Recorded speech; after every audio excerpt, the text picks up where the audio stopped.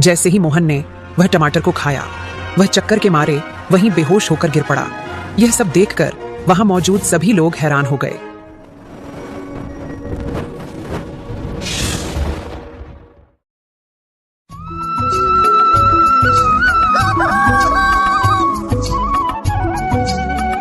एक समय की बात है, त्रिभुवन राज्य में सुरेश नाम का एक किसान रहता था। वह अपने खेतों में आलू, मटर, लौकी और टमाटर की खेती करता था। सुरेश अपनी सभी फसलों को अपने बैलगाड़ी में लादकर गांव-गांव बेचने जाता था। एक दिन सेठ भानु प्रताप का आदमी सुरेश के घर आया और कहने लगा, मैं सेठ भानु प्रताप का आदमी हूँ। मैं पास ही के गांव अमरपुर से अपने सेठ का संदेश लेकर आया हूँ। मेरे मालिक सब्जियों का व्यापार करते हैं। मेरे मालिक की नगर में सब्जियों की बहुत बड़ी दुकान है। मेरे मालिक को नगर में सब्जियां बेचने के लिए बहुत अधिक मात्रा में सब्जियां चाहिए, इसलिए मैं तुम्हारे पास आया हूँ। जैसा कि तुम सारी की सारी सब्जियों की खेती करते हो, अगर तुम अपने खेतों के सब्जियों को मुझे बेचना चाहो तो मैं तुम्हें उसकी अच्छी कीमत दूंगा। माफ करना भैया, मैं अपने खेतों में आलू, मटर और टमाटर जैसी सब्जियों को थोड़ी थोड़ी करके लगाता हूँ और उन सब्जियों को मैं खुद ही बैलगाड़ी में लादकर गांव-गांव जाकर बेचता हूँ। मैं मंडी के दलालों को अपना माल नहीं बेचता हूँ। ये तुम क्या कह रहे हो? तुम्हारे गांव के सभी लोग मेरे मालिक भानु प्रताप के पास ही अपनी फसल बेचते हैं। भाई सुरेश, गांव-गांव जाकर सब्जियां बेचने से तो अच्छा है कि एक ही बार में सारी सब्जी को बेच दो। देखो भाई, मैं एक किसान हूँ। कड़ी मेहनत करना मेरे लिए कोई बड़ी बात नहीं है। साथ ही साथ मुझ में पैसे कमाने का कोई भी लालच नहीं है। बाकी मैं लोगों को साफ सुथरी सब्जी बेचता हूँ। यही मेरा परम कर्तव्य है और मैं इसी कार्य को कर बहुत खुश हूँ। और मैं यही चाहता हूँ कि मैं अपना सब्जी मंडी में ना बेचकर गांव-गांव जाकर सीधे लोगों में बेचूं। भले ही मुझे मुनाफा कम हो, और वैसे भी मंडी में जो माल बिकता है वह लोगों तक पहुंचते पहुंचते वो बहुत महंगे हो जाते हैं और थोड़ी सब्जी खराब भी हो जाती है। इसीलिए मैं अपनी सब्जी को मंडी में नहीं बेचूंगा। मैं अपनी सब्जी को गांव-गांव जाकर सीधे लोगों में ही बेचूंगा। अरे भाई, तुम कैसी बातें कर रहे हो? एक बार फिर से सोच लो। मैं तुम्हारे सब्जी की अच्छी कीमत दे सकता हूँ। मैंने सोच रखा है और मुझे लगता है कि तुम मेरी बातों का बुरा भी नहीं मानोगे। अब व्यापारी को इतनी बात समझ आ गई थी कि सुरेश अपनी सब्जियों को मंडी में नहीं बेचेगा। वह व्यापारी वहां से चला गया और हमेशा की तरह सुरेश अपनी सारी की सारी सब्जियों को बैलगाड़ी में लादकर अपनी सब्जियों को बेचने के लिए दूसरे गांव की ओर निकल पड़ता है।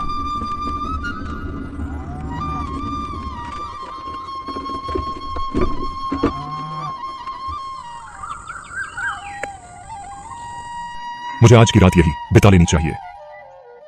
तभी पास में ही खड़े एक आदमी ने सुरेश को आवाज लगाई, अरे भाई, कौन हो तुम? हमारे गांव के तो नहीं लगते हो।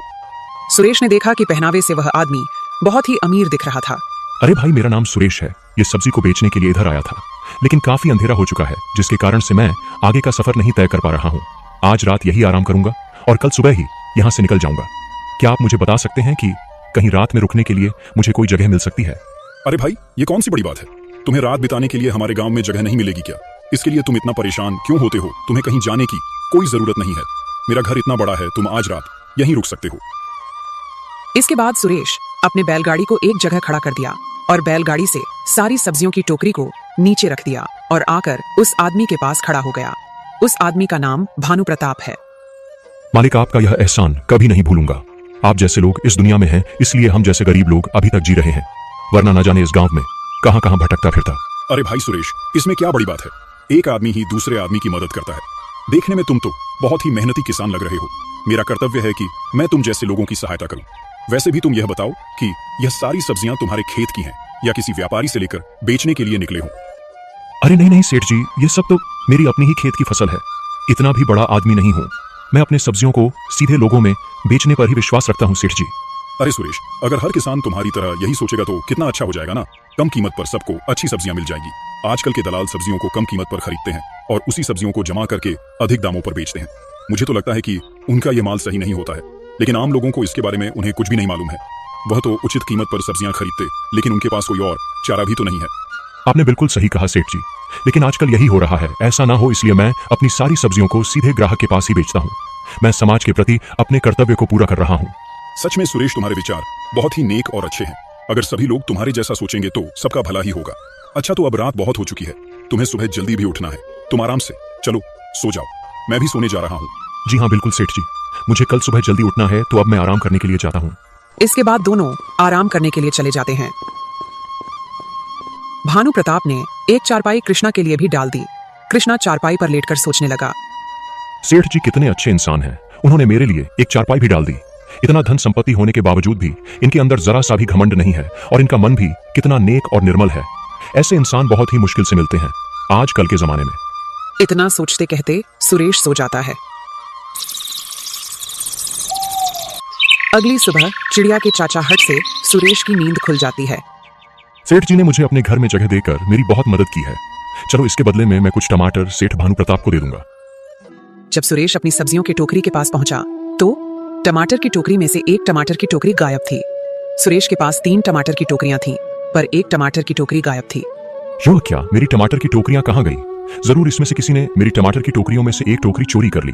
वह तुरंत ही घर के मालिक सेठ भानु प्रताप के पास पहुंचा और कहने लगा, सेठ जी, मैंने रात को सब्जियों की टोकरियां रखी थी, पर मेरे पास टमाटर की टोकरियां 3 थी, लेकिन एक टमाटर की टोकरी गायब कर ली किसी ने। क्या आपको इसके बारे में कुछ पता है? यह तुम क्या कह रहे हो? तुम्हारे सामने ही तो मैं अंदर जाकर सो गया था और तुम मुझ पर ही आरोप लगा रहे हो। मैंने तुम्हें अपने घर में जगह देकर बहुत बड़ी गलती कर दी। यह सुनते ही सुरेश को समझने में जरा सी भी देरी नहीं लगी कि टमाटर की टोकरियों में से एक टमाटर की टोकरी इसी सेठ भानु प्रताप ने ली है। सुरेश बहुत क्रोधित हो गया और कहने लगा, तुमने पहले मेरा विश्वास जीता और फिर मेरे साथ विश्वासघात किया। मैं तो तुम्हें बहुत अच्छा इंसान समझ रहा था, लेकिन तुम तो बड़े चालबाज और धोखेबाज इंसान निकले। मेरे सो जाने के बाद तुमने मेरी एक टमाटर की टोकरियां गायब कर ली। तुम्हारा दिमाग तो ठीक है ना सुरेश? जिसमें खाए उसी थाली में छेद कर दिया। मैंने तुम्हारी सहायता की थी और तुम मुझ पर ही आरोप लगा रहे हो। सच में मेरी ही गलती है जो मैंने तुम्हें अपने घर में जगह दी और बेवजह मुसीबत मोड़ लिया रात में। तुम्हारी बातों से लग रहा था कि तुम एक ईमानदार किसान हो, लेकिन तुम तो एक नंबर के बेईमान निकले। मैंने तुम्हें अपने घर में जगह देकर बहुत बड़ी गलती कर दी। सेठ भानु प्रताप की बातें सुनकर सुरेश को अब और भी ज्यादा गुस्सा आने लगा। पहले तो तुम चोरी करते हो, इसके बाद सीना चोरी करते हो। झूठ मत बोलो और चुपचाप मेरे टमाटर की एक टोकरी वापस लौटा दो, तब फिर मैं यहाँ से चला जाऊंगा। अच्छा, तो तुम मुझे धमकी दे रहे हो? चुपचाप शराफत से यहाँ से निकल जा, वरना तुझे धक्के मारकर यहाँ से निकालूं। सेठ भानु प्रताप की यह बात सुनकर सुरेश मन ही मन सोचने लगा, अब इससे बात करना बिल्कुल ही बेकार है। सुरेश ने अपनी सभी सब्जियों की टोकरी को बैलगाड़ी में रखा और वहां से निकल गया।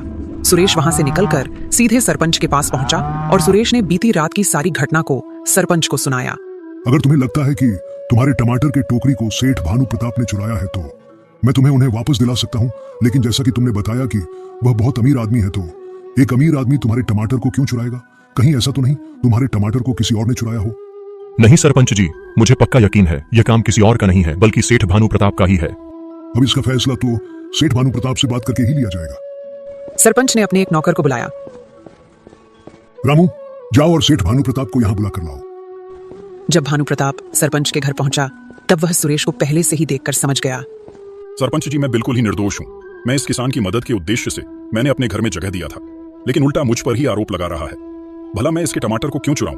मेरे तो खुद के खेत में ढेर सारा टमाटर है, लेकिन यह एहसान फरामोश मुझ पर ही आरोप लगा रहा है। इसके टमाटर कहाँ गए मुझे कुछ भी नहीं पता। मुझे भी ऐसा ही लगता है, लेकिन चोरी तो तुम्हारे ही घर से हुई है, तो जवाब भी तुम्हें ही देना पड़ेगा। सुनो सेठ भानु प्रताप, तुम्हारे खेत में जो टमाटर है उनमें से एक टमाटर को लेकर यहाँ आओ। सेठ भानु प्रताप टमाटर लेने के लिए अपने खेतों की ओर चला जाता है और सरपंच जी सुरेश से फिर से चोरी की जानकारी लेने लगते हैं। कुछ देर के बाद सेठ भानु प्रताप अपने टमाटर को लेकर सरपंच के पास पहुंच जाता है। ये लीजिए सरपंच जी, मैं अपने खेतों से टमाटर लेकर आया हूँ। सुरेश, तुम भी अपने बैलगाड़ी से एक टमाटर लेकर आओ। सुरेश भी अपने बैलगाड़ी से एक टमाटर लेकर आता है। वहां पर गांव के कुछ और लोग भी मौजूद थे। सरपंच जी ने गांव के एक आदमी को इशारा करते हुए कहा, इसका नाम मोहन है और यह तरह तरह की सब्जियों का पारखी है। सब्जियों की गुणवत्ता को बहुत ही अच्छे से परख लेता है, इसलिए मैंने इसे यहाँ बुलाया है ताकि यह टमाटर की अच्छी तरह से परख कर ले। मोहन, क्या तुम टमाटर की जांच करके बता सकते हो कि यह टमाटर एक ही खेत के हैं या अलग अलग खेतों के हैं? मोहन ने टमाटर को बहुत ही ध्यान से देखा और कहने लगा, इन्हें देखकर तो कोई फर्क नहीं लगता है सरपंच जी। इन्हें चख कर इनके स्वाद का पता लगाया जा सकता है। अगर ऐसा है तो तुम इन्हें तुरंत ही चखो और मुझे बताओ। सरपंच के कहने पर मोहन ने सबसे पहले सेठ भानु प्रताप के लाए हुए टमाटर को चखा। जैसे ही मोहन ने वह टमाटर को खाया, वह चक्कर के मारे वहीं बेहोश होकर गिर पड़ा। यह सब देखकर वहां मौजूद सभी लोग हैरान हो गए। सरपंच जी ने पास में ही खड़े एक आदमी से कहा, भानुदास, तुम तो एक वैद्य हो, तुम मोहन को देखकर बताओ कि इसे क्या हो गया है। भानुदास ने मोहन के नब्ज को देखा और कहा, इस टमाटर में तो जहर था सरपंच जी, इसलिए इस टमाटर को खाते ही मोहन बेहोश हो गया। इसके प्राण भी जा सकते हैं, इसे तुरंत मेरे घर पर ले जाना पड़ेगा। इसके बाद कुछ लोगों की सहायता से भानुदास मोहन को अपने घर ले जाता है। यह क्या भानु प्रताप, तुम लोगों को मारना चाहते हो? तुमने अपने खेतों में जहरीले टमाटर लगाए हैं, इसके पहले भी मैंने एक मामला सुना था जिसमें एक व्यक्ति को जहरीला टमाटर खाने से उसकी मृत्यु हो जाती है। जरूर ही वह टमाटर तुमने उस आदमी को दिया होगा। अब तुम्हारे ऊपर चोरी के साथ साथ हत्या का भी मामला बन जाएगा। यह सुनकर सेठ भानु प्रताप घबरा गया और वह सरपंच जी को घर के अंदर दूसरे कमरे में ले गया। सरपंच जी, मुझे माफ कर दीजिए, ये टमाटर मेरे खेत का नहीं है। ये टमाटर तो किसान सुरेश के खेतों का ही है। उसके ही खेत के टमाटर जहरीले हैं। अगर मुझे यह पता होता तो मैं कभी नहीं उसके टमाटर को चुराता। अगर किसी को सजा देनी है तो उस किसान को दीजिए, क्योंकि वही दोषी है, वही लोगों को जहरीले टमाटर बेचता है। अगर आप मुझे बचा लेंगे तो मैं आपको बहुत सारा पैसा दूंगा। एक तो तुमने चोरी की है और ऊपर से मुझे रिश्वत देने की बात कर रहे हो, और तुम सुरेश को बलि का बकरा बनाना चाहते हो।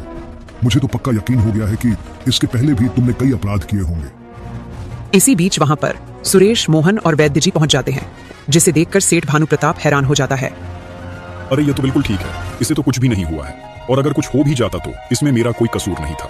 यह टमाटर तो इस किसान सुरेश का ही है जो मैंने चुरा लिया था, इसलिए मुझ पर किसी की भी हत्या का अपराध नहीं लग सकता है। तुमने तो अपना जुर्म अपने आप ही कबूल कर लिया है। तुम अपना जुर्म कबूल कर लो। इसलिए हम सब ने मिलकर यह नाटक किया था। मोहन कोई सब्जी का विशेष पारखी नहीं है और सुरेश के पास कोई सबूत नहीं था, इसलिए हम लोगों ने यह नाटक किया। तुमने जिस आदमी को सुरेश के घर मंडी में सब्जियों को खरीदने के लिए भेजा था, सुरेश ने उसे तुम्हारे घर काम करते हुए देख लिया था, और यह बात सुरेश ने मुझे पहले ही बता दिया था। सुरेश ने तुम्हारे भेजे हुए व्यक्ति को अपना सब्जी नहीं बेचा, इसलिए तुमने सुरेश को अपने ही घर के सामने रोका और उसे जगह देने का नाटक किया। तुम्हारे जैसे मंडी के नीच दलाल ऐसे काम करेंगे, मैं तो ऐसा कभी नहीं सोचा था। भाई भानु प्रताप, मुझे तुम जैसे लोगों से कोई मदद नहीं चाहिए। तुम जैसे घटिया दलाल की वजह से ही लोगों का बहुत बड़ा नुकसान हो जाता है। अगर किसी मंडी के दलाल ने किसी गरीब किसान को नुकसान पहुंचाने की कोशिश की तो उसे बहुत भारी कीमत चुकानी पड़ेगी।